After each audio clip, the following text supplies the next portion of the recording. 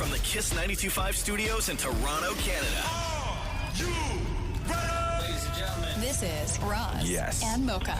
It's Roz and Mocha. What's going on? Hey guys, this is Bruno Mars. This is Selena Gomez. The Chainsmokers. Lady Gaga. Calvin Harris. Celestia Cara. This is Ed Sheeran. You're listening to my boys Roz and Mocha. Roz and Mocha. My boys Roz and Mocha. The Roz and Mocha Show. Between Roz and Mocha, who is your favorite? Roz. Mocha. Roz. Mocha. You guys are so funny, man. Congratulations, Lisa! Wow! You just won $1,000. That is amazing. Y'all just made my entire morning. Keep it up. You guys are awesome, man. This is the Roz and Mocha Show podcast. Hey, Mocha. Uh-huh. You ready? You know it. Let's do the news! The Roz and Mocha Show podcast. News break. Danny Masterson of that 70s show was sentenced to 30 years to life yesterday for rape. Woo! There we go, finally. I feel like this news story has been around for... Well, it has because he's got those Scientology lawyers, right? Oh, right. And they go after victims and like it's because they're nasty. Well, the weird thing is that within Scientology, because if any of the victims, because I think one of them they were also in the Church of Scientology. So when you get into Scientology, I think what made this so difficult was that you sign a contract that states that if there is any sort of legal case to be made against another member of the church, all of that has to be sorted out through the church, right? So they want to use their lawyers and their process and everything else, I guess, before it gets to a criminal thing. So you have these contracts that these people have signed that they then have to try and get out of, and then they bully them and they threaten lawsuits against them. Like, it's very difficult for somebody within that church to then make an allegation against somebody else within that church. Worse. Right? Worse. Well, finally.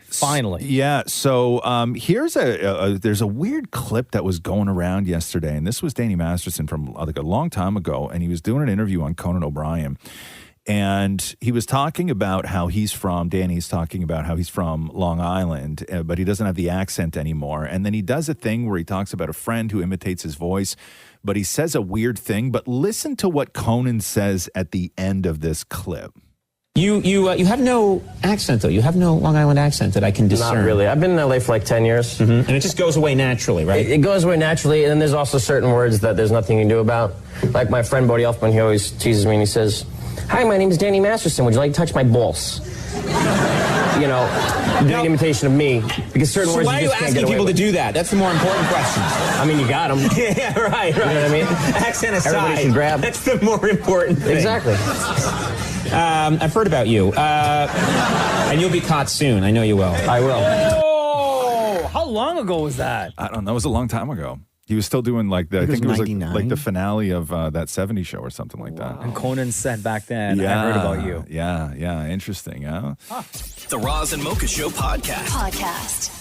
Emily, hold on. Yeah. You think Conan was asked about that, like during all of this? Like, hey, this clip. No, what did you mean by that? Yeah, I don't know. I don't know. I didn't look that deep. I don't think he's commented on it. Crazy. But it's one of those things, where you see somebody say something on a talk show and it all makes sense years later, whether it was, connected to it or not.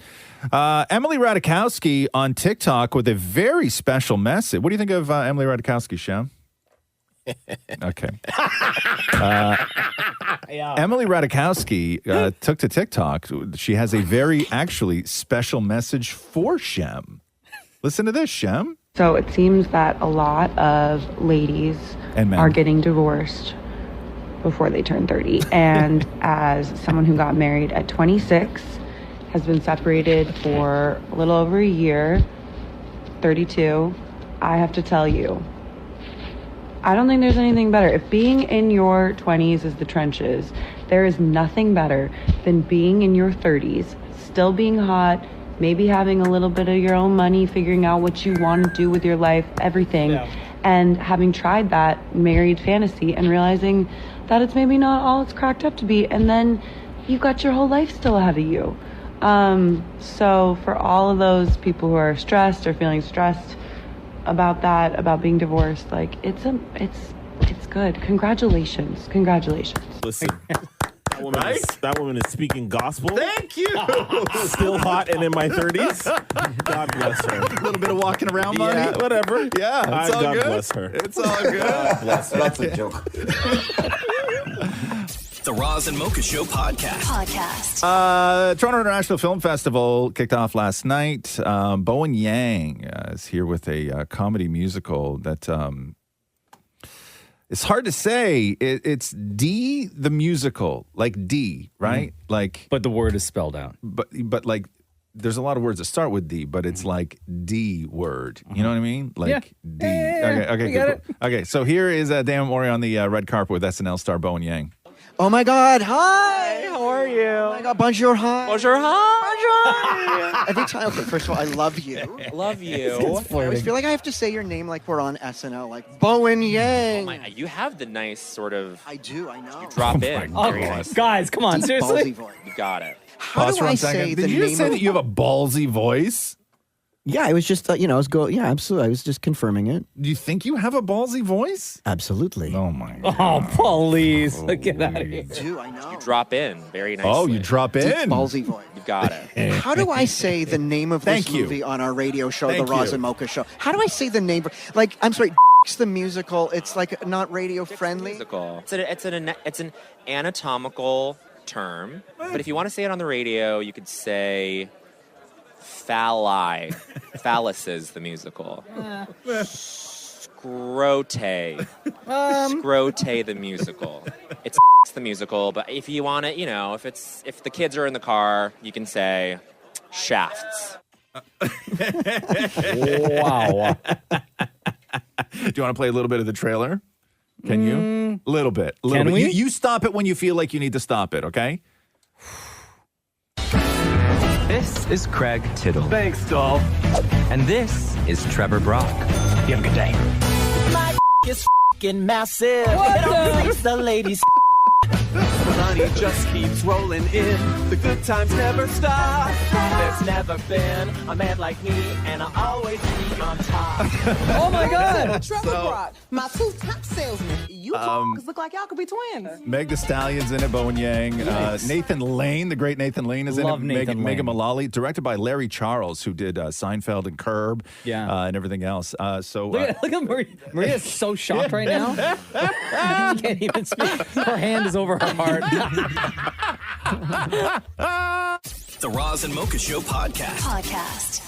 Jimmy Fallon had an emergency Zoom meeting with his staff last night after this explosive Rolling Stone article came out talking about the toxic work environment that he created on The Tonight Show. It's brutal, man. So some of the staffers said that their mental health worsened during their time on The Tonight Show, where they alleged that Jimmy Fallon could lash out under pressure. 9 different showrunners, so bosses, have managed The Tonight Show since 2014. 9. They say nobody told Jimmy no. Everybody walked on eggshells, especially the showrunners. This is one former staff member. You never knew which Jimmy you were going to get and when he was going to throw a hissy fit. They also alleged that they had a cry room on set so employees could go in and decompress due to the hostile work environment. They said it was like Jimmy.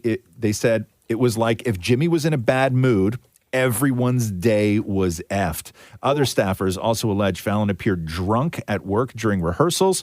Jimmy Fallon in the past has denied reports of having a drinking problem. But 8 Tonight Show workers told Rolling Stone that his hangovers dictated how the day would go. Damn. Several staff members landed in therapy. 1 started taking meds for the first time, and 3 told Rolling Stone that they contemplated suicide. In the Zoom meet. Oh, so here, let me read you this. This is how hated Jimmy Fallon was to the people who used to work on that show. So this is from Rolling Stone. Rolling Stone contacted more than 50 Tonight Show employees, past and present, during the reporting for this story. After reaching out to representatives for Fallon and NBC, Rolling Stone reached out to an additional 30 current and former staffers. While many of them praised Jimmy's immense talent and comedic gifts, not a single one agreed to speak on the record or had positive things to say about working on The Tonight Show. Not one person. Wow. Not one person out of, what is that, 80 people? 80, Not yeah. one person would go on record to say that it was a good time on the show. So Jimmy had an emergency Zoom meeting with staff, and he said, it's embarrassing and I feel so bad. Sorry if I embarrassed you and your family and your friends. He goes on to say that I feel so bad I can't even tell you. I want the show to be fun. It should be inclusive for everybody. It should be funny. It should be the best show, the best people. This is very much like what Ellen went through. Yeah. And that's sunk her. And you know, we've heard stories about Jimmy Fallon like for years about how it was such a toxic environment. Yeah. And it just never got, obviously, to this level. So a guy I know that lives in New York, and he used to drink at the same bar as Jimmy Fallon. And the only thing he said was that Jimmy Fallon is a mean drunk. Really? Yeah. Man, I like love Jimmy. like an aggressive, mean drunk. So anyway. The Roz and Mocha Show podcast.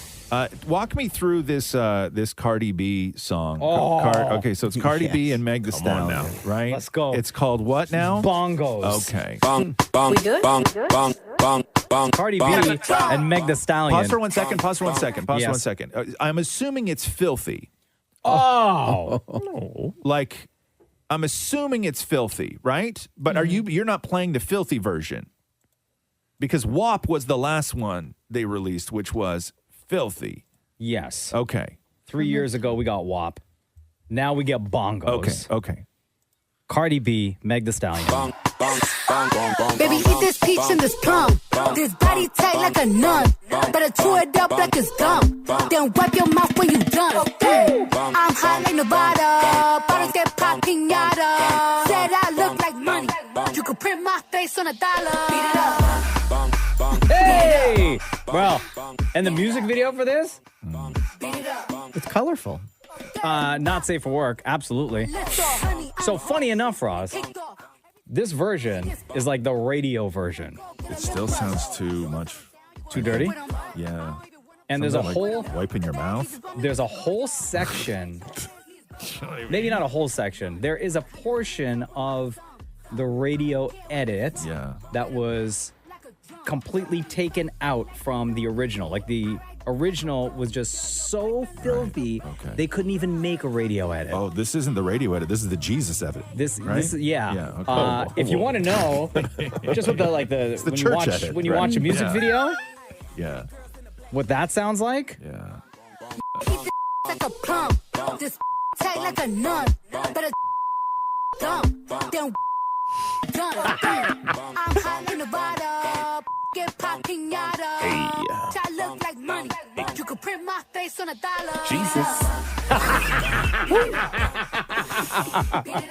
I get anxiety listening to That this. song, I know. Like I you just- worry that I worry. Like I just worry. you're gonna miss something, No, or she's gonna say something I get such even vulgar. Yeah, no, it's just like it's. I don't know what it is. I just get such anxiety listening to it. It's so the same they're kind of like- anxiety that you got 3 years ago when they released WAP. Well,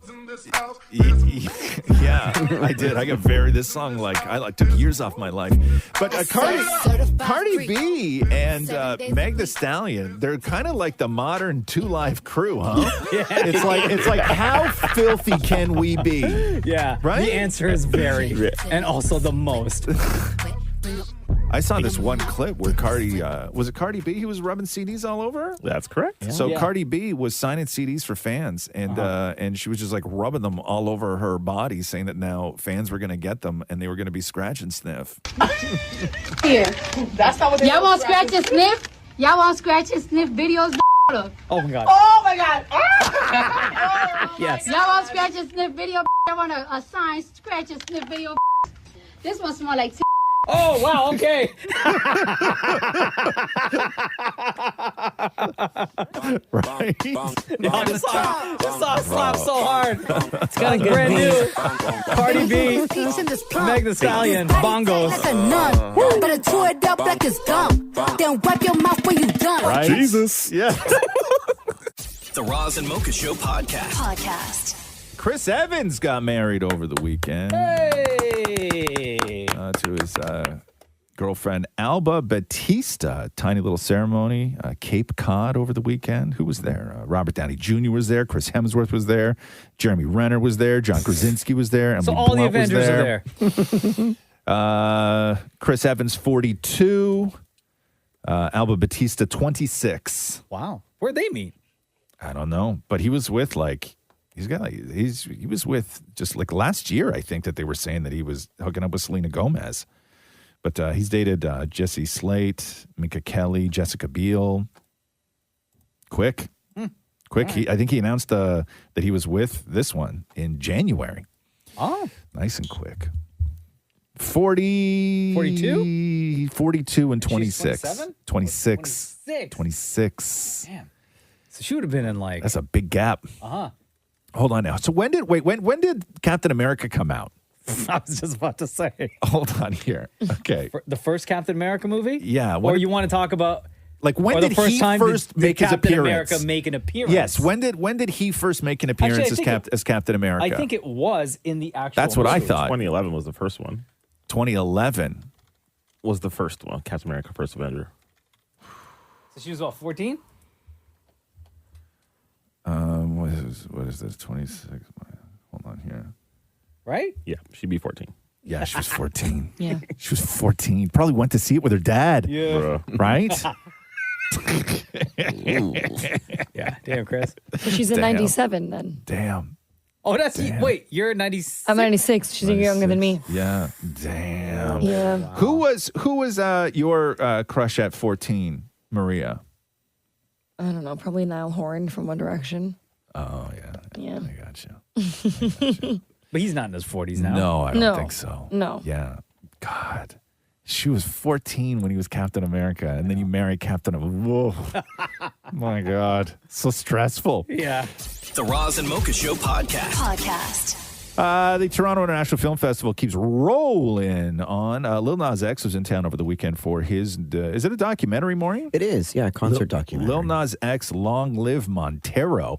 And I guess the premiere of the film was delayed because there was a bomb threat. Is that what happened? We didn't know at the time, obviously, but we were wondering, where is this guy? Everyone else has already walked. We're all just standing there waiting, and everyone's on their phones and in the earpieces, and they're on his way, but no one was saying anything. Did you see the movie? No, I didn't see the movie. No, and I only learned yesterday that his name is actually Montero. That's his first name. Research. Yeah. Oh, I didn't know that. See? I didn't know that. But I didn't interview the guy. No, but I knew before the interview, at least. So here is Lil Nas X with Damon Mori on the red carpet. Dude, it is an absolute honor to meet you. We love you on KISS. What are you hoping that audiences get out of seeing this film? What do you want them to take away? What I want audiences to take away from this film, I want them to take away whatever the they want to. Bleep out the F word. I have no expectations. I'm going into this. I'm just excited. Something that's like real and like raw to me, not to be like, oh, so real and deep and raw, like stereotypical. But yeah, I'm excited for them to just think whatever they think about it. Okay, cool. A little harsh. I respect it. So you care or you don't care that we see this? I don't know. Right? I don't know. It's like it is what it is. It's there. It's like, there. do what you want. Yes, it's weird, right? Lil Nas Almost X feels like he wants to fight now. I know, he's very aggressive about not caring, too. Lil Nas X's father was on the red carpet as well, talking to Damon Mori. Bigger Nas X?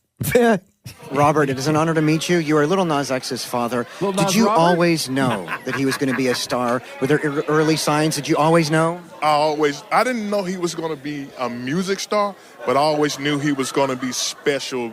Politics, science.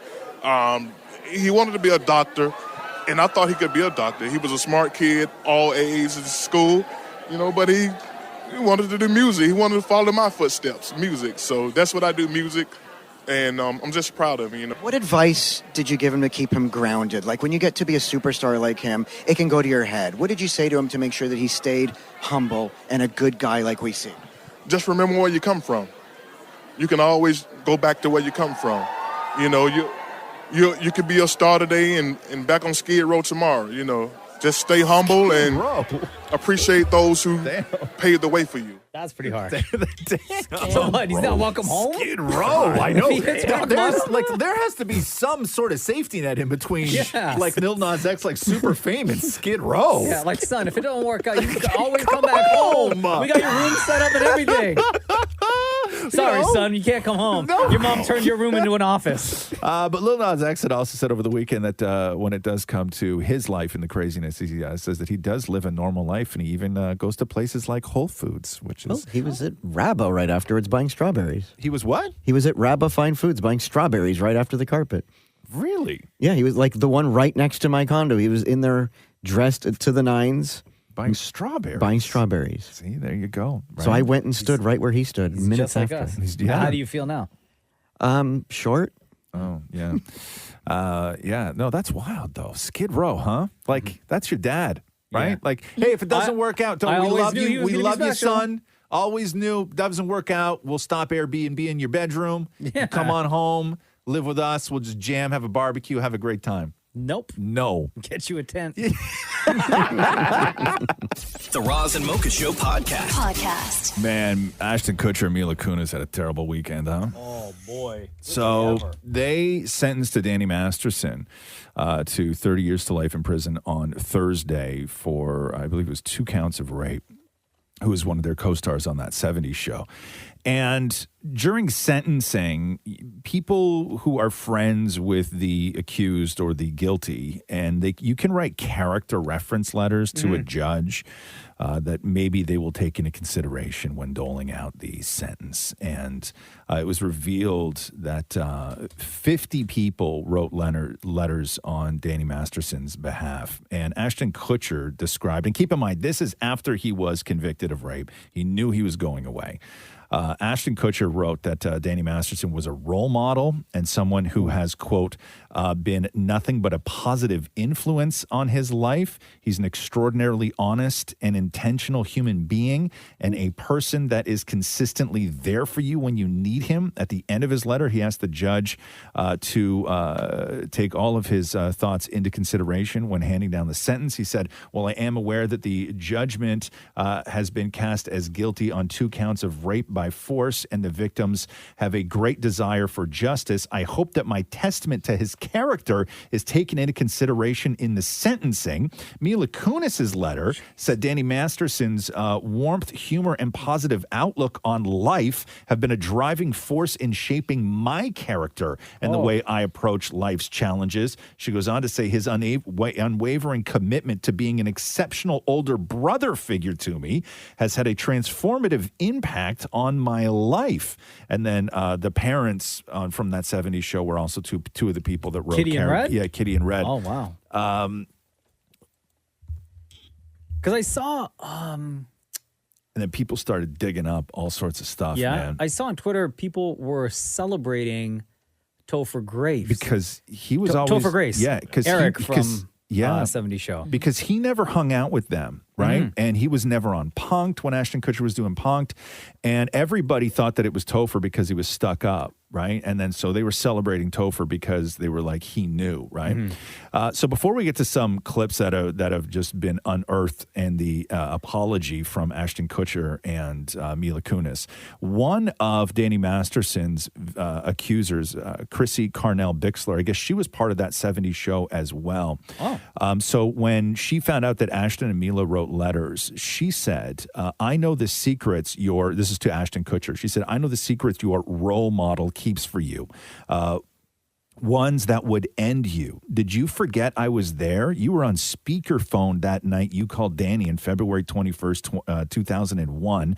I hear everything. I heard the plan. In my opinion, you're just as sick as your mentor. Then she went on to address Mila Kunis, saying, I pray you begin the process.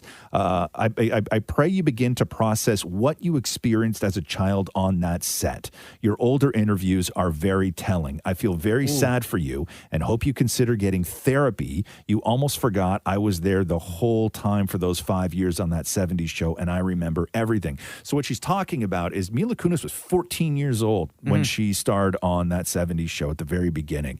And now all these old interviews are coming out because Ashton Kutcher was 19 when Mila Kunis was 14.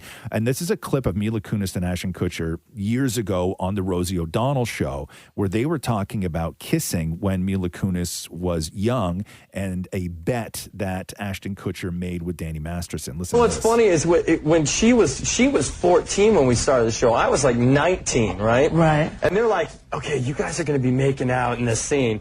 And I'm like thinking like, wait, this is like slightly illegal, that's right? probably your first kiss ever, right? It was my first kiss. Why don't you tell them a bet you made with Danny about our first kiss? No, it wasn't the first kiss. It was like a second or third kiss. It was the first. It was like the first week. I never kissed a guy, so I was so. I mean, Ash was attractive, and I was a 14-year-old little girl, and I was extremely scared for my life. Sure. And he was very nice about it. He was like, "Oh, don't worry." So I was like, "Okay." Then Danny goes to him and goes, "Dude, I'll give you $10 if you French kiss her." What would you stick your tongue in my mouth or something? We had a little side bet going. Like, so Danny bets me like $20 that I wouldn't do it. And of course I'm like, yeah, sure, what's the deal? You know? Then the cop showed up and you got arrested pretty much.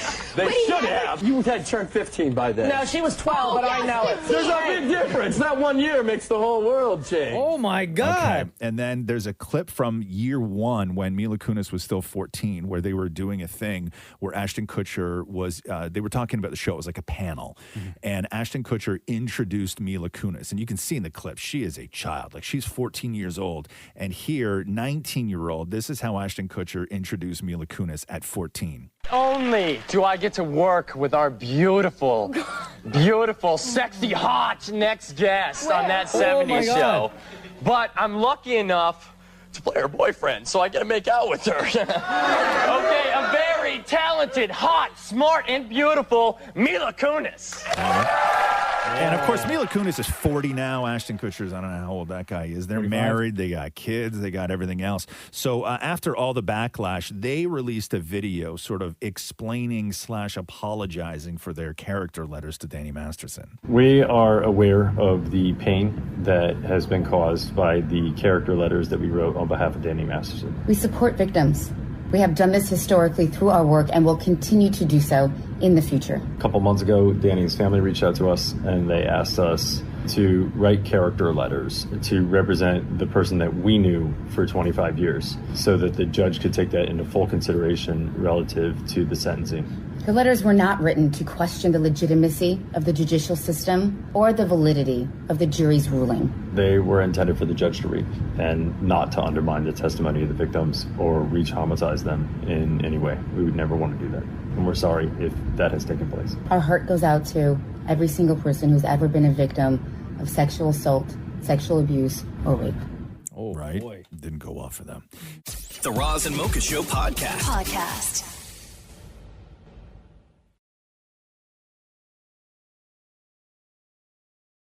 Hey, there was a thing that I saw this morning on Twitter, and it was claiming to be Big Brother Portugal because they were speaking Portuguese. And you know, like at night when they put those cameras in the rooms on those reality shows, and you see people, whether it's like the Too Hot to Handle or whatever, okay?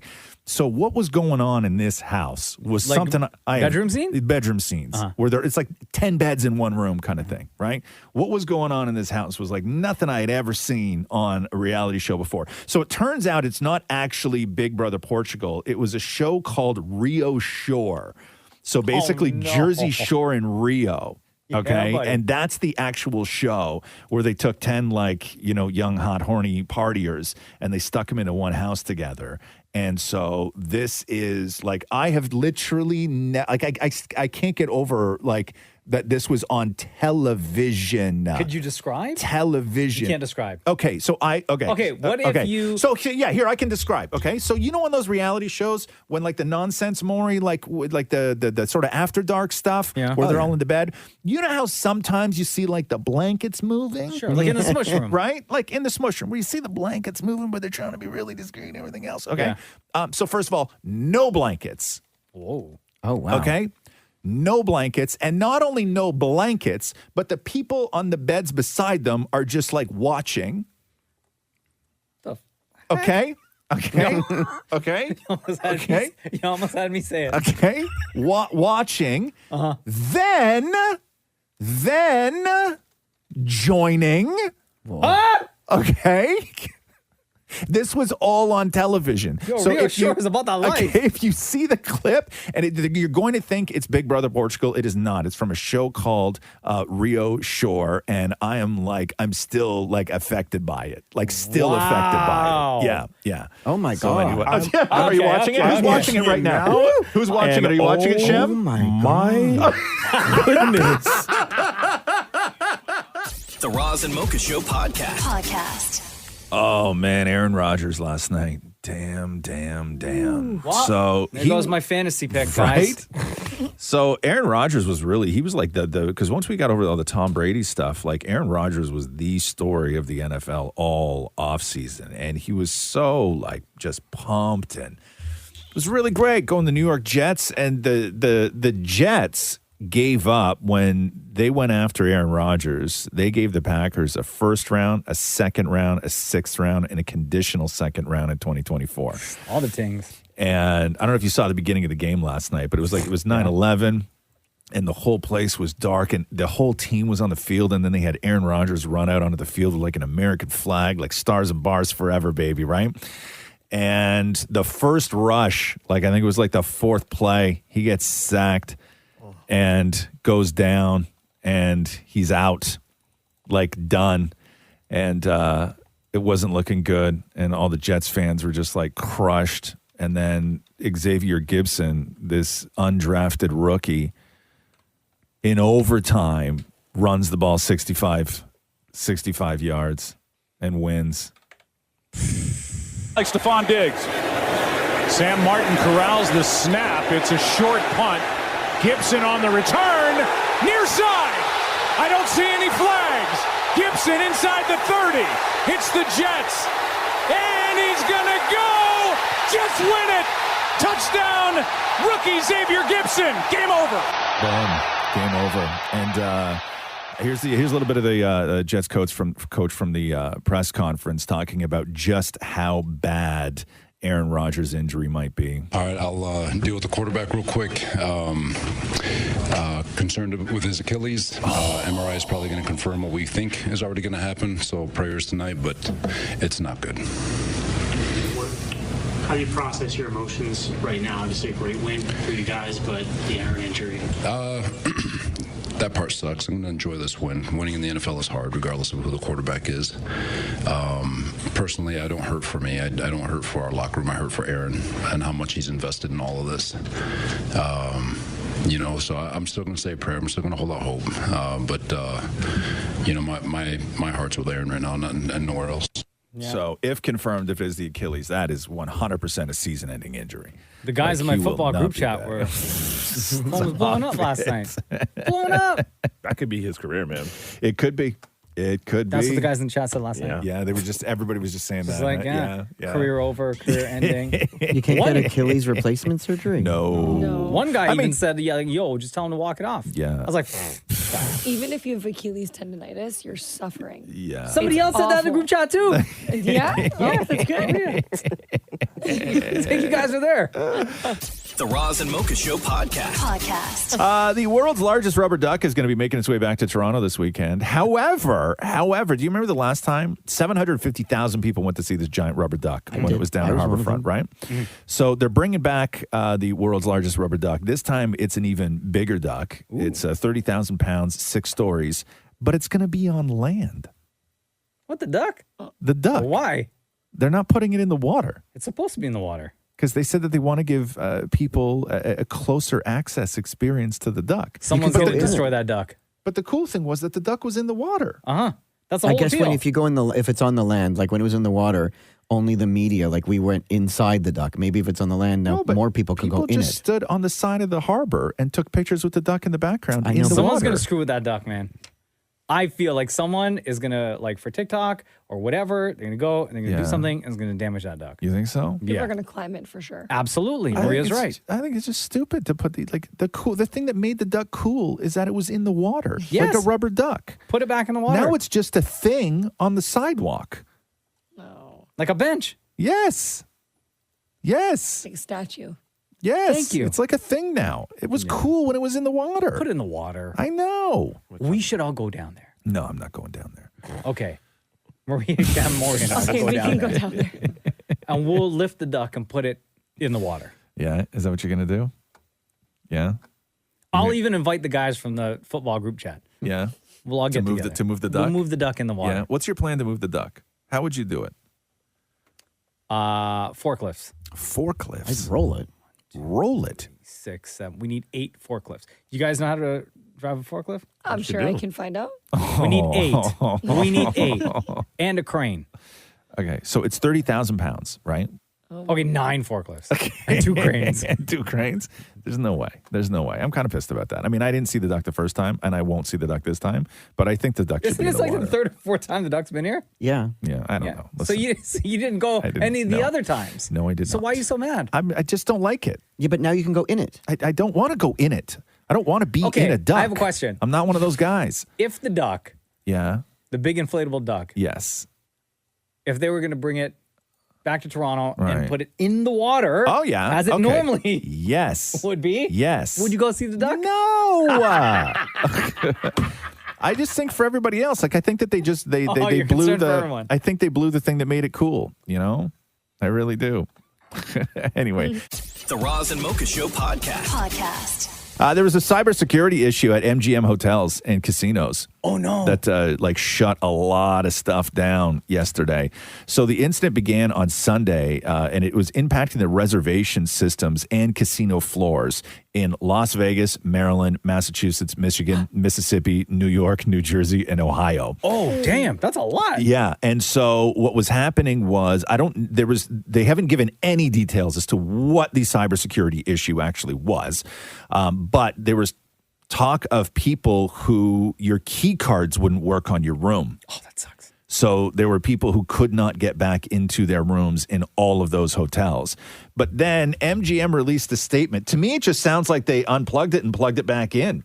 Okay. Because their new statement is, as an update to our previous statement, our resorts, including dining, entertainment, gaming, are currently operational and continue to deliver the exceptional service that which MGM is known for.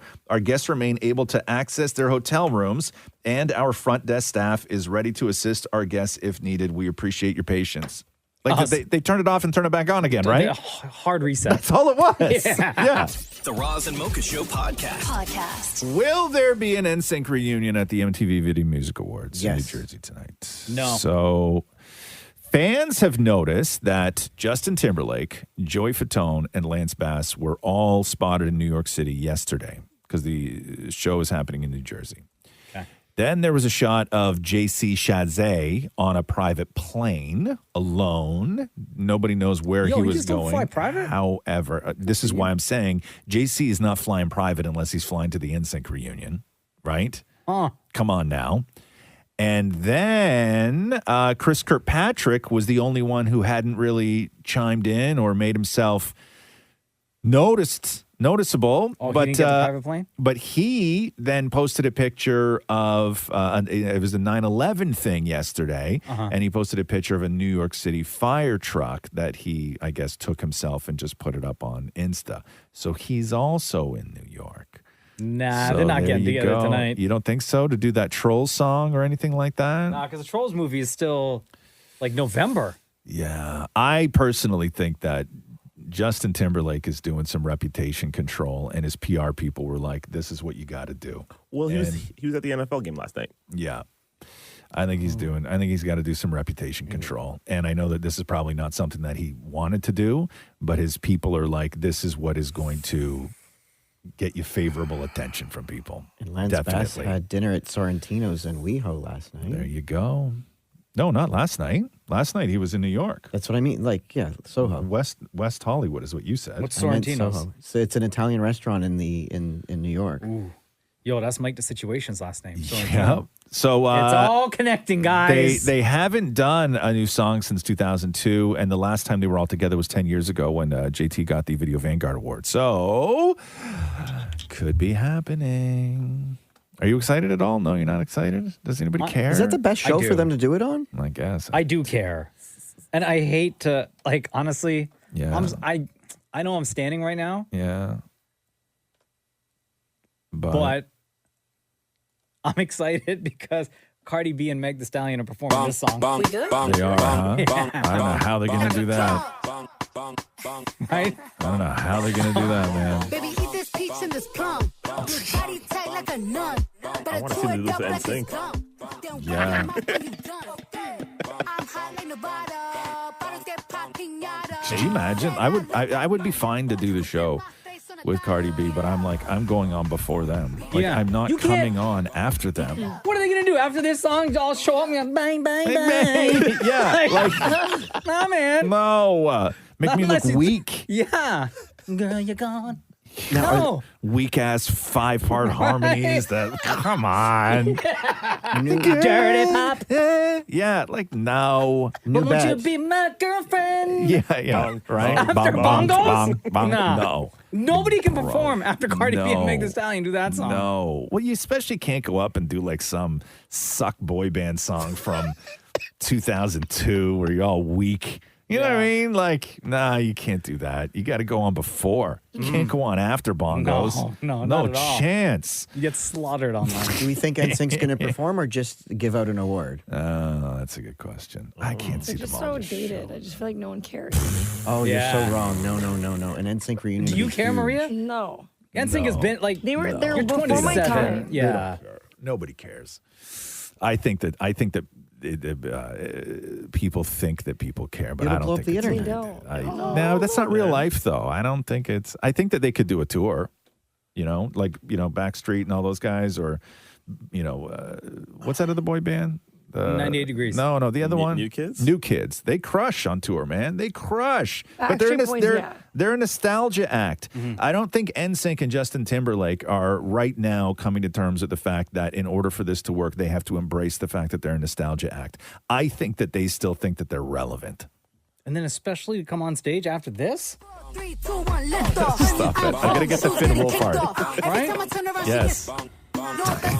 Stop it. And all 5 of them jump up on stage? Stop it. I gotta Right? get no. There's 1,000 words that I could say. Stop it. To Okay. make me come home to you.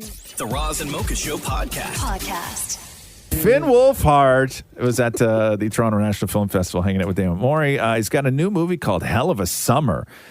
This is Finn Wolfhard and what's the guy's name? Billy Brick. And what is this, like a camp movie, Maury? A murder camp movie? Yeah, with a bunch of like teenagers and no. Oh, What it's could not go good. wrong? What could go wrong? Here's Damon Mori talking about why summer camps are the perfect place for murder. What is it about overnight summer camps that always makes the best place for a thriller movie? It's isolated. Yeah, I think especially with the teenagers, there's a lot of hormones happening. There's a lot of raging hormones. There's a lot of people with a new, found sense of responsibility. There's not a lot of adult supervision, and I think people just are not afraid to go wild, and then, you can't escape, so that always helps. True. That is very true. Do you ever camp, Mocha? You ever go to, no? Maria, you ever What? camped? Camped? Like Yeah. in the wild? Yeah, you go to like a camp or anything like that? No, I don't camp. I went glamping once when we left early. Shem? Hold on. Why'd you leave early? And how long until you left from the time you arrived? It's a really, oh my God. You're so soft. Yeah, it was like an hour and a half. An hour and a half? I brought things to grill, and there was no kitchen area, and then all the food, we couldn't eat it. So you And left? How many of you went? It was I booked the glamping for Louis and I, and it was for his birthday, the first year we were dating, and it went completely backwards. I So left an hour and a crying. half and then you left? Yeah. And where'd you go? Just back home? We went back to his house and got McDonald's.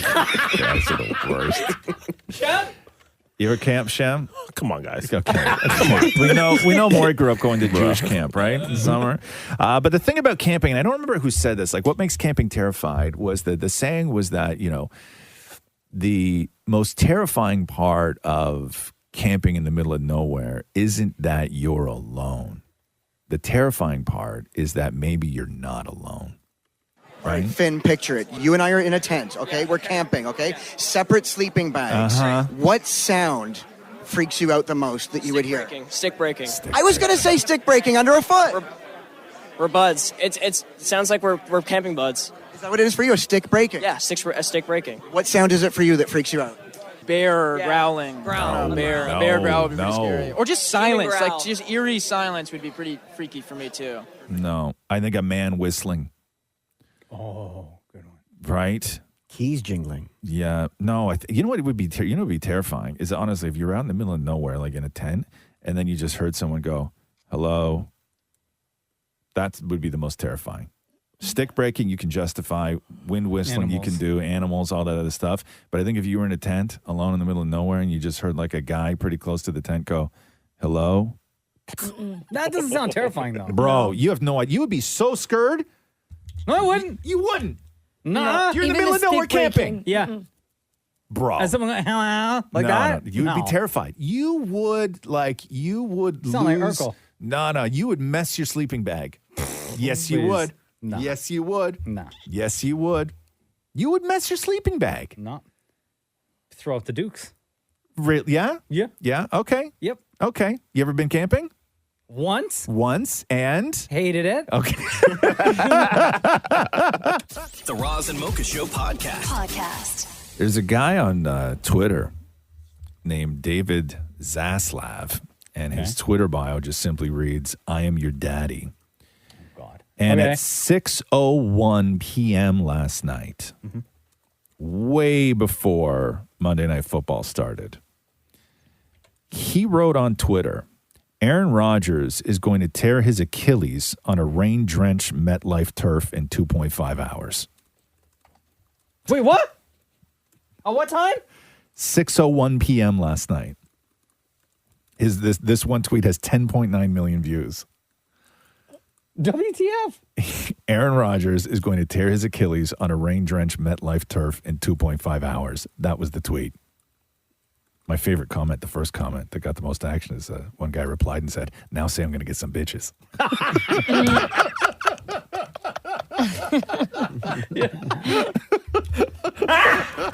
Got him! That's incredible. Yo, and this is just a dude. Like he's just he's some not. No. Like some sports He's just some expert, guy from just California? No.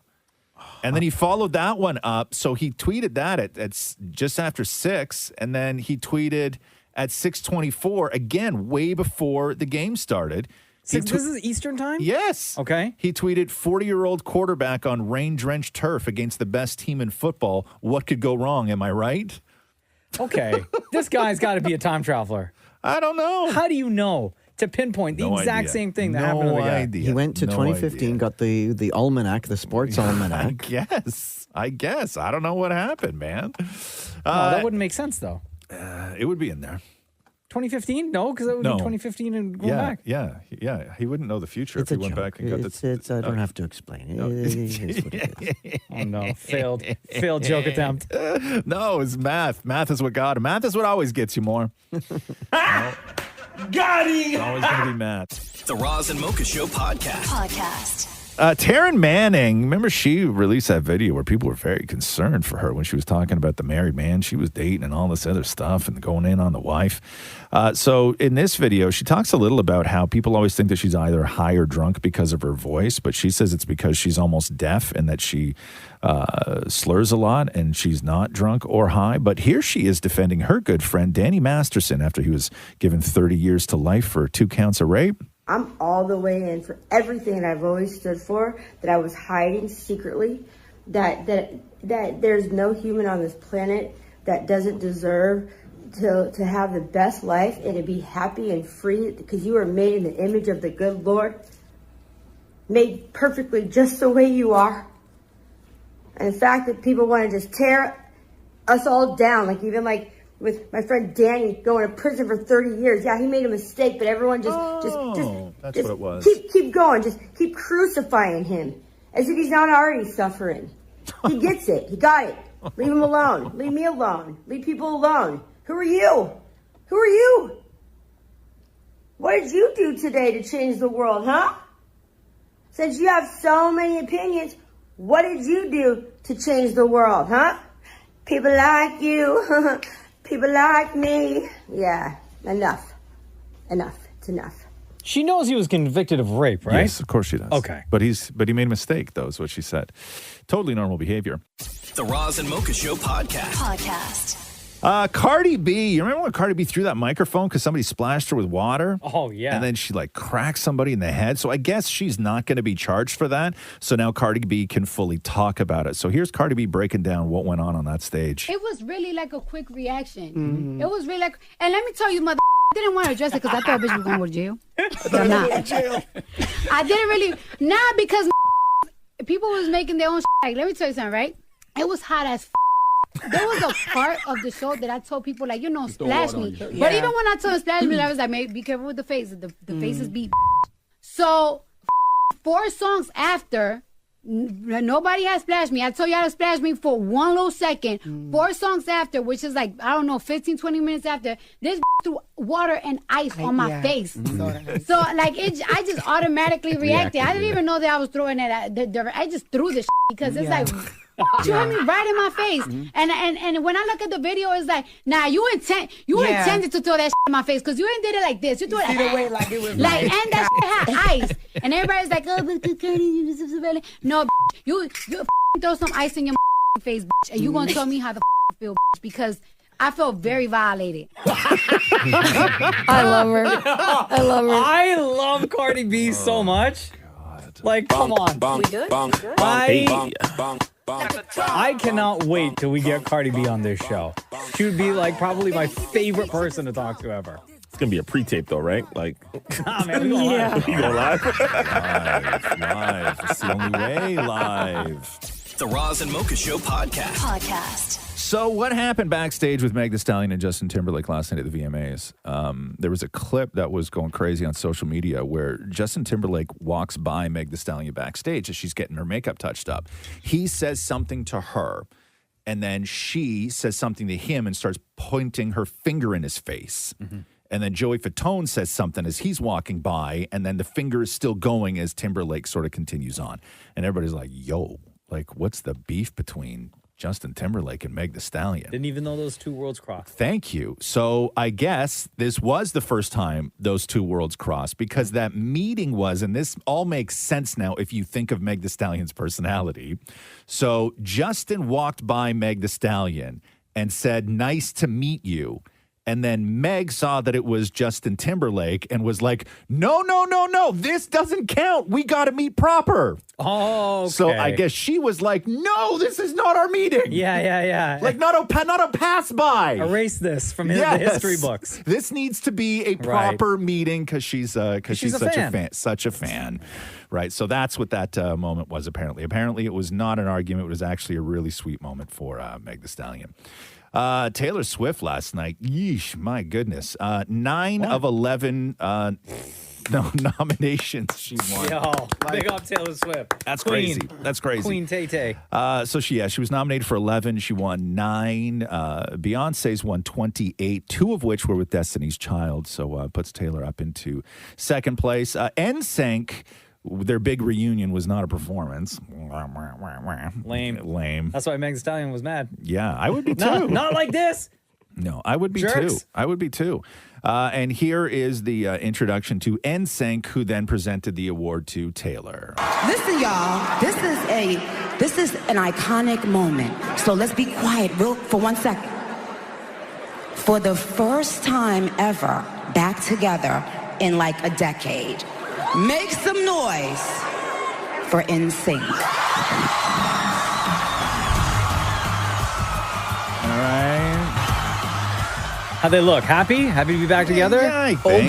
Older, yeah, but they are. Years ago, we were just kids when we won Best Pop Video for Bye, Bye, Bye. It was our first VMA, and it meant the world to us.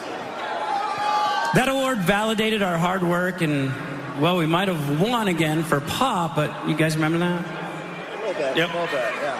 A lot has changed in the past 2 decades, but one thing remains constant. A creative, boundary-pushing video leaves a lasting mark for decades.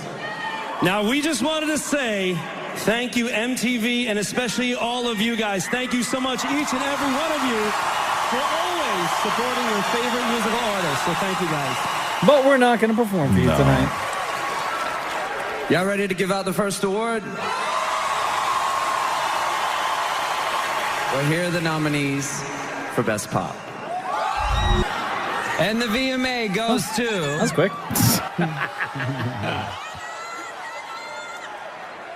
The unstoppable Taylor Swift. Okay. Hey. And then Taylor comes up, and Taylor puts them in a position now because Taylor immediately goes into...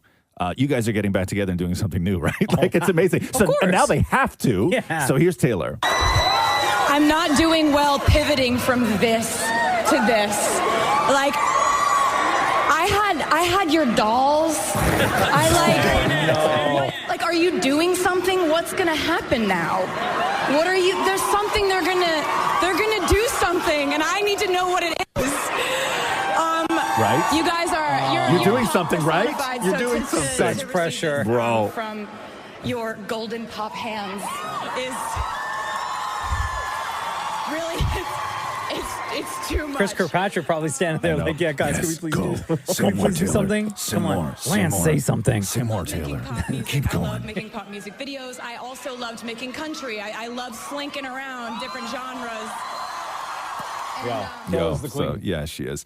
But she must know that they're doing something with the Trolls movie, right? Like, that's the rumor. Yeah, I know, but I think that she wants like a regular, like I think that she's saying, guys, just put an album out or do a tour or something. I think personally, Taylor's saying go on tour because that's where Taylor. Well, they have to do the Troll thing first. Yes, yeah. That is coming out, but I think they need to tour. They need to do one sort of. They'd crush. They crush. For sure. One of the best moments of the night was there's a Latin artist named Anita. She performed her song "Used to Be." Here's a clip of that. I used to be a hoe, but now I ain't no more. Okay. Been swimming through the water, now I'm back. But during her acceptance speech for Best Latin Award at the VMAs, she did what I think more artists should do, which was thanked herself. Oh. Okay. To me, because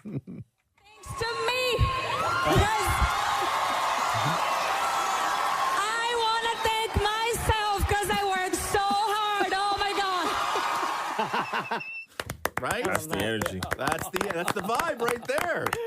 We need more of that. Taking a play out of Roz's book right there. At awards shows. The Roz and Mocha Show podcast. Toronto National Film Festival rages on. A few stars showing up that were given passes to promote their movies. Last night on the red carpet for the movie Memory was Peter Sarsgaard and Jessica Chastain. This was a movie that has been doing the rounds at the film festivals. And it was at Venice, Maury? That's right, yeah. So it was at Venice, and this was one of those things. They really amp these up. They don't do so much do it in Toronto, but like Venice and Cannes, they really go big on how long the standing ovation was, right? Like those Europeans, Almost like a competition now. They love to stand and clap. They made right? Brendan Fraser cry last year. Yes, that's right? yes. With the whale. Yes, that's right. But they love to stand and clap. And Memory was one of these movies that came out of the Venice Film Festival with one of those headlines because after it premiered, they got an 8-minute standing ovation. That's too long. Which meant the stars of the film had to stand there and clap too for 8 minutes while people clapped. So here's Dammit Maury with Jessica Chastain first. Jessica Chastain, how are you? I'm good. How you doing? I'm fantastic. So this is one of the most talked about films at the festival, and at Venice it got an 8-minute standing ovation. What do you do for the 8 minutes? What goes through your mind? How do you prepare for an 8-minute standing ovation? Is that really something you can prepare for? I'm not sure. I mean, I wasn't expecting it. At one point, I just became it came so much. It's the first time I had seen the film, too, and the film is incredible what Michel put together and what he did. And I was so moved by the story and the film and then the audience's reaction to it. I mean, after a while, of course, I'm not counting. I don't know how long it's lasting. It just got to the point where I said a few times, I'm like, how do we get out of here? The doors seemed to be blocked. And then someone would sneak me a tissue that I would wipe my eyes a little bit. And, I just tried to do my best to to keep it together. Yeah, Do you it's keep- awkward. Do you keep track of the time when you walk around and people standing applaud? ovation? Yeah, I've never hit 8 minutes, though. Oh. Yeah, but I do keep track. You're right. And here is Peter Sarsgaard. Oh, Herman Gert. I love Peter Sarsgaard. How do you prepare for an 8-minute I standing? want to know who timed it. Like, who hits it at the beginning, right? It was very long. It was so long that at one point, I started to have a great deal of empathy for people's hands. That's what she said. Because it actually hurts to clap for that long. And I was telling Jessica and Michelle, I was like, I think we should leave, otherwise people are getting injured. Man, if you bleeped clap Hold on. in that, just the word clap. It was very long. It was so long that at one point, I started to have a great deal of empathy for people's hands. Because it actually hurts to clap for it hurts. Oh, no. Okay, go back to the beginning now. Yeah. How do you prepare for an 8-minute I standing? want to know who timed it. Like, who hits it at the beginning, right? It was very long. It was so long that at one point, I started to have a great deal of empathy for people's hands. Really? You don't say. Because it actually hurts to for that long. And I was telling Jessica and Michelle, I was like, I think we should leave, otherwise people are getting injured. Yeah, you're right. And 8 minutes now, is a long now time. go back to Jessica and say they started secretly handing me towels so I could wipe. No. Just bleep where she says eyes. No. Now you're going too far. You guys, Roz. Come on.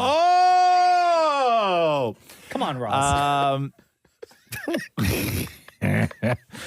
The Roz and Mocha Show podcast. Oh, let's talk Steve Harvey here. Do we have time for poor Steve Harvey? Always got time for Uncle Steve. So Steve Harvey and his wife have just been going through it, Marjorie. And the story was a couple of weeks ago that his wife had an affair with like the chef and the bodyguard and all of this stuff. And then they started bringing out all these old videos. And then Steve Harvey's co-host on his radio show, a woman by the name of Shirley Strawberry, an audio clip was released of her from years ago. I guess her husband was in prison, and she was having a conversation with her husband while he was in the joint, talking about Marjorie and how Marjorie treats the radio show staff like the help. And so that was then released. And so then she also in that call said that Marjorie was the reason that Steve's first marriage broke up. Like she was just talking. And they keep all those calls yes. when you call the joint, man. Yes, and then somebody found it and they released it. And this is Steve's co-host. So this is Steve Harvey now sort of giving an update on what the status of his marriage is and trying to shut down all of this noise. You know, my wife and me, we've been getting beat up for the past 2 weeks. Oof. When something like this happens, you know, our motto has always been to never address bloggers. Right. And we don't give it no room or steam. No life. No, nothing, because we know who we are and we know whose we are. And so we don't address bloggers. That's a great line. When this came out, it's a little bit different because it's not gossip, rumor, or malicious lie. It came from the inside circle. Because we are inside circle. We are family. Shirley. It's been so ugly. Shirley. For my wife, man. My wife asked me not to do it because she said, Steve, all them haters gonna do is flip anything you say and reverse it. Mm-hmm. Okay, cool. Well, you're doing it anyway. Mm-hmm. And you out there just lying about my girl. And you got her this, and you tearing away at her character. And I don't like what you're doing to her. I don't like the timing of this jailhouse release because it just seemed like it added more and it came from the inside. I'm tired, but she got to be tired. The woman I married is a good woman. She the best thing ever happened to me. She's God-fearing. She's loyal. She's faithful. And she's a kind and loving person. I don't care what nobody says. And y'all quit talking about she was in my other marriage and ruined it. She didn't. She was nowhere around that. My marriage, I got divorced in 2005. My marriage was over when the Kings of Comedy was out. Y'all ain't know that, though. And I'm tired of y'all talking about my girl. Because my girl is one of the best women I've ever met. And why you black-ass people out there got these blogs like you just going to destroy somebody, I don't really know what that's about. Damn. But don't worry about it because it ain't working.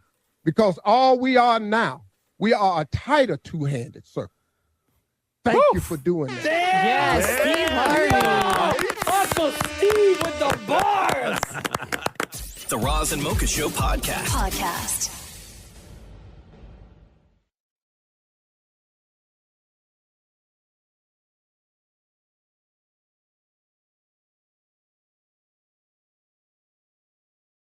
So the fallout from Drew Barrymore continuing her talk show amid the writers and actors strike has come back to sort of bite her in the ass in a weird way. So she was set to host the National Book Foundation Awards, and Oprah was supposed to be the guest speaker, but because of Drew's decision, and I guess because striking workers are picketing out in front of her studios, everything else, the National Book Awards, they say, is an evening dedicated to celebrating the power of literature and the incomparable contributions of writers to our culture. They go on to say in a statement, in light of the announcement that Drew Barrymore's show will resume production, the National Book Foundation has rescinded Miss Barrymore's invitation to host the 74th National Book Award ceremony.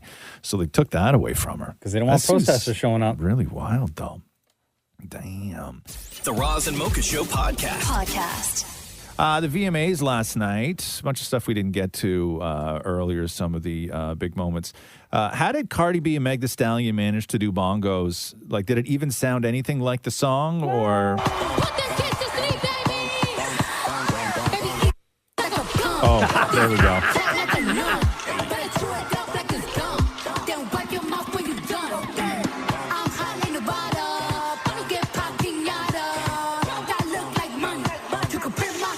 All right, I'm loving it.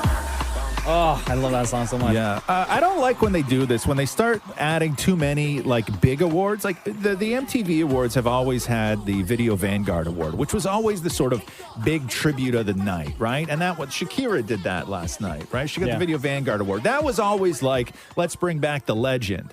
When did they start doing the Global Icon Award? Because to me, that takes away from the Video Vanguard Award. Couldn't agree more. What are you doing? What was the Global Icon Award? So Diddy wins the Global Icon Award.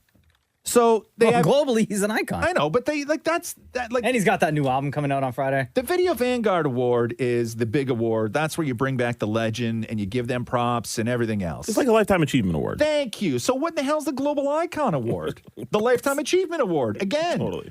Globally. So anyway, here's a montage of Diddy. Seems like yesterday we used to rock the show. I laced the track, you locked the flow. So far from hanging on the block for dough. How much time did they give him on stage, Em? Oh, he performed for 10 minutes. Really? And It was 14 minutes. 14, and Maury. then spoke another 4 or 5 afterwards. And what did they give Shakira? Not that much, I bet. Shakira had 12 minutes. Oh my God. She's not a global icon.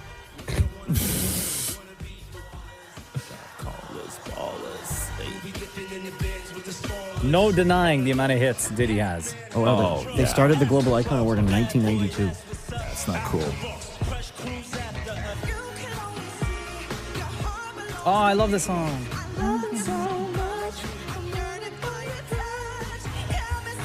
All right. Best Afrobeats went to Rema for Calm Down, featuring Selena Gomez. Yes, well deserved. Africa in the house tonight. Listen to that reaction. First of all, I want to give big thanks to God. I want to give big thanks to my fans. Make some noise. Woo! Of course. I want to give big thanks to my team. Big shout out to Selena. I want to say I love you from the bottom of my heart. And I want to give a big shout out to the new generation of Afrobeats. We're here to take it to the rest of the world. And one more time, make some noise for Selena Gomez. Whew. But before we walk out of this stage, I feel Selena should say something, you know? I want you to come on. Thank you.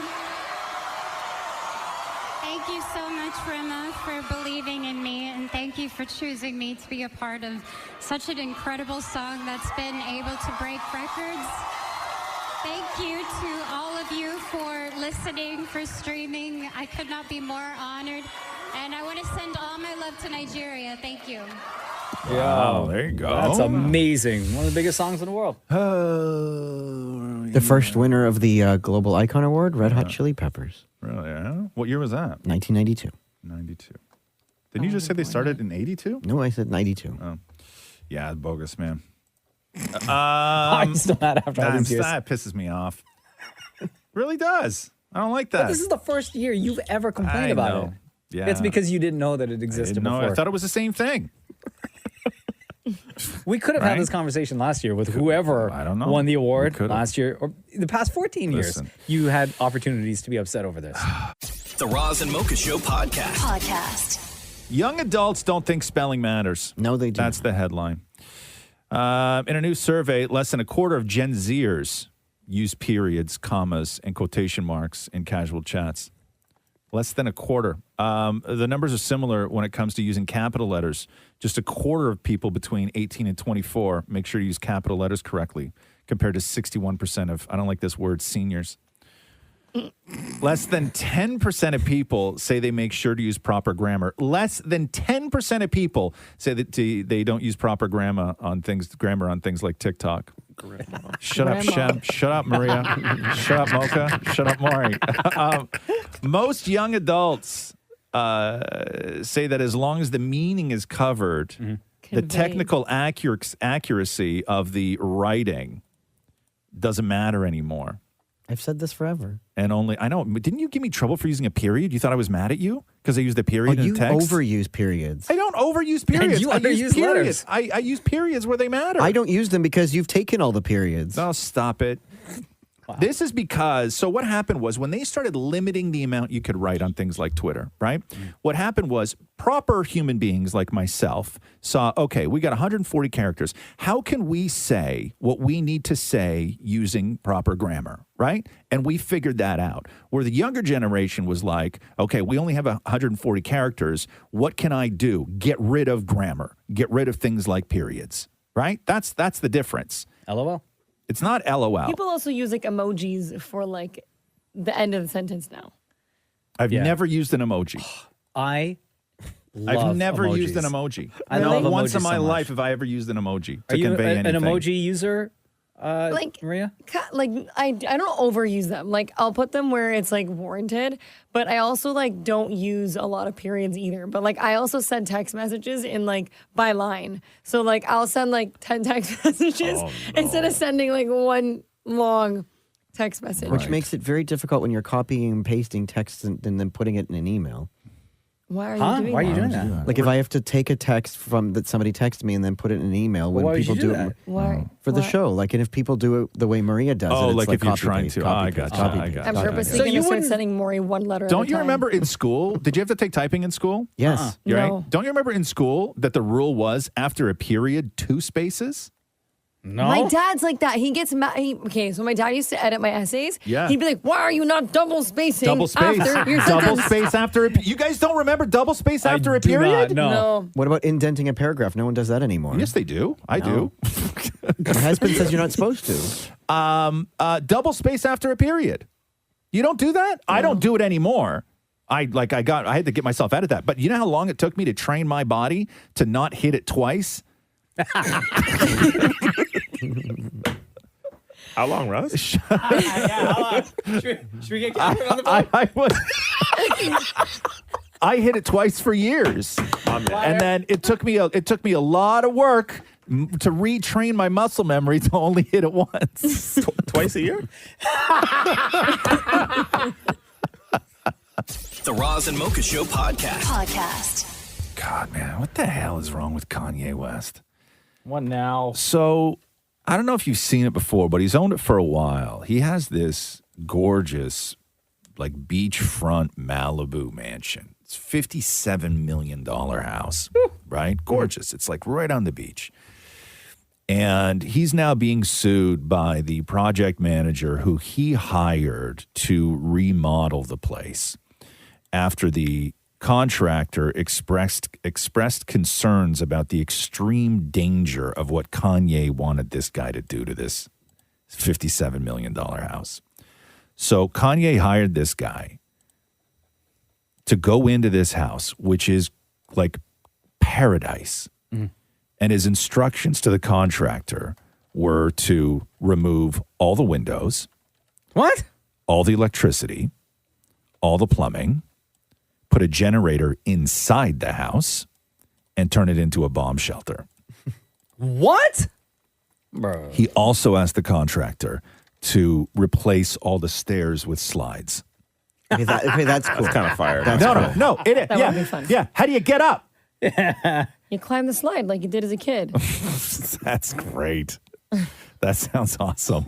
Hold on. I'm looking at a photo of this place. Bro, yes. It looks like the start of construction. No, that's what the house looked like, and then they gutted it. Oh, this is what it looked like before. Like it was a beautiful house, and then they gutted it, and they took out all the windows and everything else, and then Kanye was like, okay, well, concrete over all where the windows used to be. Like he wanted a concrete box with no electricity and no plumbing, and the stairs replaced by slides. So anyway, so now this guy is suing Kanye because he told Kanye that if he didn't do the work Kanye wanted him to do, that he would consider him an enemy. Oh, now you don't want to be in Yeezy's bad books. And he only paid Kanye for, I think, like 1 week's work. Although this guy, because they gutted the place and everybody knew it was Kanye's place, was sleeping there because Kanye didn't hire security to look after it. So he worked on the place for a while and was sleeping there. So nobody came in and messed around with it. Yeah, and then protected Kanye, materials. Yes, and then Kanye paid the guy for a week because he wouldn't take out all the windows, electricity, plumbing, stairs, and Man. install a generator inside the home. I miss the old Kanye, honestly. It's a beautiful house, though. Really beautiful. You know what it needs? Windows. Thank you. Look like that view, right? Anyways, crazy. The Roz and Mocha Show podcast. The new documentary for the Milli Vanilli movie, which is coming out on Paramount Plus at the end of October. Milli Vanilli, if you're not familiar, so back in like the late 80s and then into the early 90s, Milli Vanilli was this pop act. Ask your parents, Maria. Yeah, I'm confused. Yeah, Milli Vanilli was this pop act, and it's such a unique story because they became famous and won a Grammy for their debut album, but it wasn't them singing on the album. It's like these music producers got together and they hired singers to sing, and then they hired these two gorgeous German guys to front the band and just lip sync, and they became like the most famous act in the world. You know how now you always hear stories about industry plants, right? This was like the original industry plant. Yes. That's cool. Yes. And Clive Davis was all behind. Like everybody was in on it. So here's a clip from the documentary. They had it all. Girl, you know it's true. 1 minute Milli Vanilli were there. Milli Vanilli. The next minute they weren't. They don't want us to sing. What? This is weird. We don't want to lip sync. Someone had to have known this was going on. There's no real crime here, but it costs a life. But we make a pact with the devil. There is not another story like this in music history. I wonder why it took so long. They had to give back their Grammy. Oh, because one of them died, right? So this is Girl, You Know It's True, right?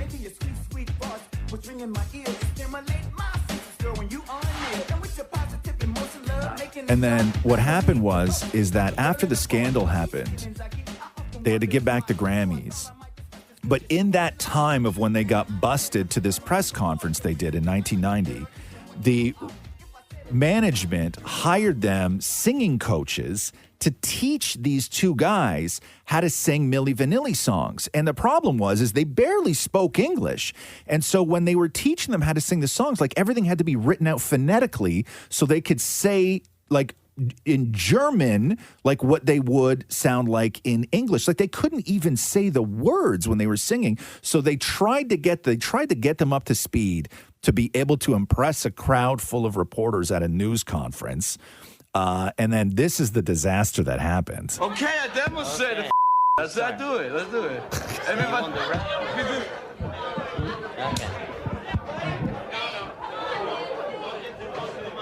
But this mic's a you know, you guys. 1, 2, 1, 2. Okay. Girl, you know it's true. Ooh, ooh, ooh, I love you. I'm in love with you, girl, cause you're on my mind. You're the one I think about most every time. And when you crack a smile and everything you do.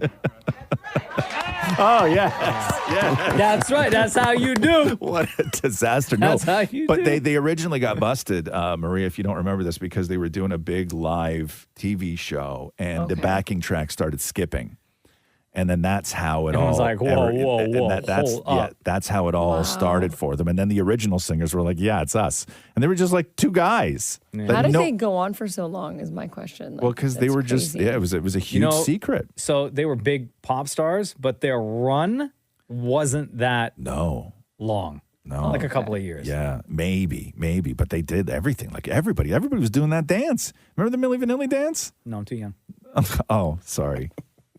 Do you still do the dance? I think I saw on Wikipedia or on like YouTube. Yeah. You shuffle side to side, right? Yes. I think so. It's a shuffle side to side. Yeah. Yes. Okay. Yes. Thank you, Internet. Yes, there you go. The Roz and Mocha Show podcast. Oh, Jimmy Fallon, Stephen Colbert, and Jimmy Kimmel they have that podcast, Strike Force 5, but now they're doing Strike Force 3 because Nobody's downloading the podcast? No, John Oliver and the other guy, Seth Meyers, aren't going to be taking part, but they're doing it live in Vegas at the MGM. So they're doing Strike Force 3 with Jimmy Fallon, Stephen Colbert, and Jimmy Kimmel. It's going to be a live show on Saturday, September 23rd, down in Vegas. And then I guess all proceeds are going to striking writers and everything else in comedy. So maybe they will talk on stage about the Rolling Stone article with Jimmy Fallon, maybe. I don't think so. You don't think so? Or maybe he'll address it like quickly and then move on. Yeah. It won't be like a long discussion. Yeah, because everybody was expecting them to talk about it on their podcast, but all those podcasts were pre-recorded, right? Yeah. So that's why you won't hear I it. tried on listening. there. It's not I listened to the first 10, 15 minutes of episode 1. Yeah. I understand what they're trying to do to support the strike and the writers who are losing out on money. Yes. But to listen to a full episode and multiple episodes about this, right? It's just it's not for me. No, me neither. I gave it a chance. Yeah. The Roz and Mocha Show podcast. The press conference for the escaped and then captured Danilo Cavalcante in Pennsylvania yesterday was crazy. I don't know if you saw the capture. Like a dog got him. A police dog was the one that chased him I saw down. like when they had him in the armored vehicle going down the highway. Yeah, and then all the cops they all did like a big giant selfie with him. Like it was really weird. What? Yeah, they was like 30 cops in military gear, and when they got him, they cuffed him, and then they like put him in the middle, and they all gathered around for a picture. And I guess he was wearing a Philadelphia Eagles sweatshirt. And when they took him out of the back of the Hummer or the police van, I guess it was, they cut it off him. The Eagles sweater? Yeah, they cut it off him. Like you can't represent this. Maybe it was that, or maybe it was something else. Or This is a symbol out here. Who knows what it was? But when you see him, right, because he's like 5 feet tall, this guy, right? Like he's little. And when you see him next to all these cops, like it looks like a child.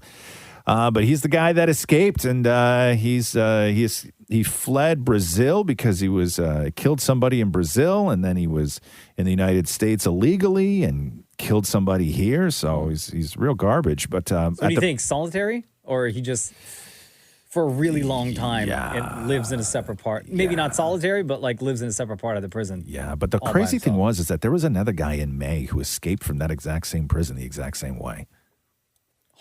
And Really? they caught him 2 hours later, though. So right? what Or like made 10 this- minutes or whatever it was. What would make this guy so special? There was I don't know, there's a thing with the guards where like there was one guard that was suspended, and then there was other stuff going on in the yard, and I don't know, but he was the second guy that escaped, and he was on the run for like 14 days, this guy. But anyway, at the press conference, there was a podcaster who lives close by to where the press conference was happening, and he was like, oh man, I wonder if I could get into the press conference and ask a question. And so he got like right up to the front and asked this question. Transported to an SCI. Sir, was there any concern that he would team up with another small man to step inside of a trench coat, Little Rascal style? Oh my God. No. More detail on. Bro. Come on, man. This ain't a cartoon. Was that guy asked to leave? Or you think Yeah, no, and then he was asked to leave. And then I watched an interview with him, and he was like, yeah, but what they didn't know is he's like, I actually drove to that place on a suspended license, so joke's on you. room full of cops? Wow. Right? Crazy. The Roz and Mocha Show podcast. Oh my God, it does not get better for Mila Kunis and Ashton Kutcher. What happened now? So I guess they got a new animated show called Stoner Cats, and they've just been fined $1 million by the SEC, the Securities and Exchange Commission, because I guess when they were funding for this movie, they sold 10,000 NFTs for a profit of $8 million, and they didn't have a license for the offering and selling of crypto asset securities to the public in an unregistered offering that was not exempt from registration. So it was like a GoFundMe crowd thing, and they started. Explain it to me like I'm 5. Okay, so NFTs, which are the things that don't exist, yes, right? They were crowdfunding, and part of the thing that they got for money was they were giving people NFTs, basically crypto. Yeah. And in order to sell crypto, you need to be licensed to sell crypto. And they weren't licensed. And they were not licensed, so they got fined $1 million for that, which is not surprising at all. The Roz and Mocha Show podcast. The Toy Hall of Fame, are you interested in what the offerings are this year of the possibilities going into the Toy Hall of Fame? Before you mention, I'd like to know from Maria, who's 27 years old, just joined the Roz and Mocha Show in the summertime. What were some of the toys that you grew up with? Cabbage Patch Dolls. Yeah. No, you really? Yeah. When were you born? 96. No. Yeah, we had them. Me and my sister both had them. Really? Oh, but like the reissue. Yes, like the reissued Oh, versions. okay, I got it. What else? Polly Pockets. Yeah. Yeah. Nintendo DS. Okay. There we go. Finally. I had a Walkman. Yeah. And then I had the mini iPod when that came out. Okay. The Nintendo Switch. Not the Switch. What was the first one? DS. No, the smaller one, like the little Game Boy. GameCube. Game Boy, yeah. Yeah, I had like 2 of those. Tamagotchis? Those are my favorites. Okay, so here When we Roz go. was a kid, it was just ball and cup. Kick a tin can down the road. No shoes on. Yeah, I walked to school in 2 left shoes, Maria. Uphill both ways. Yeah, it's not fun. So the 12 finalists for the 2023 Stick and Ball. The 2023 class are, now these are not the ones who are getting in. These are the 12 nominations, and they will pick 3 from this group. Okay. Baseball cards. Okay. Battleship. Great game. Bingo. Bop It. Remember Bop It? I do. Yeah. Cabbage Patch Kids. Choose Your Own Adventure books. Okay. Connect 4. Great game. The Little Tykes Cozy Coop. Oh, the Little Tykes. Yeah. Okay. Nerf Toys. Oh, yes. Slime. Teenage Mutant Ninja Turtles. And Ken. Just Ken? Just Ken. Because Barbie, I think, is already in. Oh, for sure Barbie's But already how is in. Choose Your Own Adventure books a toy? How are baseball cards a toy? Yeah, like those collectibles, wouldn't that be like that categorized? I don't understand I need an explanation on the baseball card thing. Yeah, but a I don't book is know. not a toy. I don't know. So last year, the 3 that got in was Light Bright. Do you know what Light Bright is, Maria? No. No. Okay, cool. Masters of the Universe. And The Top. The Top? Yeah. Did they borrow yours? You know, the top that you spin? Like a top. Like Oh, spinning, what? spinning a top. Like a dreidel. Oh. Okay, yeah. Yes. Okay. Not a shirt. Yeah, okay, well, that's what I was thinking. I was like, what kind of top? Like just a general top? Yeah. Like a general shirt? That's what I thought. That's like why a funny I saying or asked the something? Like, I don't Like know. a tube top? Yeah, I don't know. You thought the Toy Hall of Fame. That's what I was gonna ask, like, how is a top a toy? A top. The top that you Okay, spin. yeah, now that you say that. Yes. You've never spun a top before? Never. Really? Taking one off. Okay. My guy. Okay. The Roz and Mocha Show podcast. Man, I was just looking at pictures of something, and I know they're well within their right, but there's just something about this that seems wrong. So, Studio City, California, the house that Alex Trebek lived in with his wife for 30 years, the house that he died in, surrounded by friends and family. So when he passed away in November of 2020, he was 80 years old, pancreatic cancer. His wife, Jean, sold the house for $6.45 million. A month after Jean sold the house, the new owners applied for a permit for demolition. Oh, no. Really? And that demolition's happening right now. Oh, come on. Like just bulldozers and everything. Just No respect. Right? It's interesting because the same thing was about to happen to the house that Marilyn Monroe passed away in, and people protested outside and was able to save it. Yeah, I think that's more of an iconic thing, though. Maybe, I don't know. Like, I don't know. Oh, that's kind of sad. Right?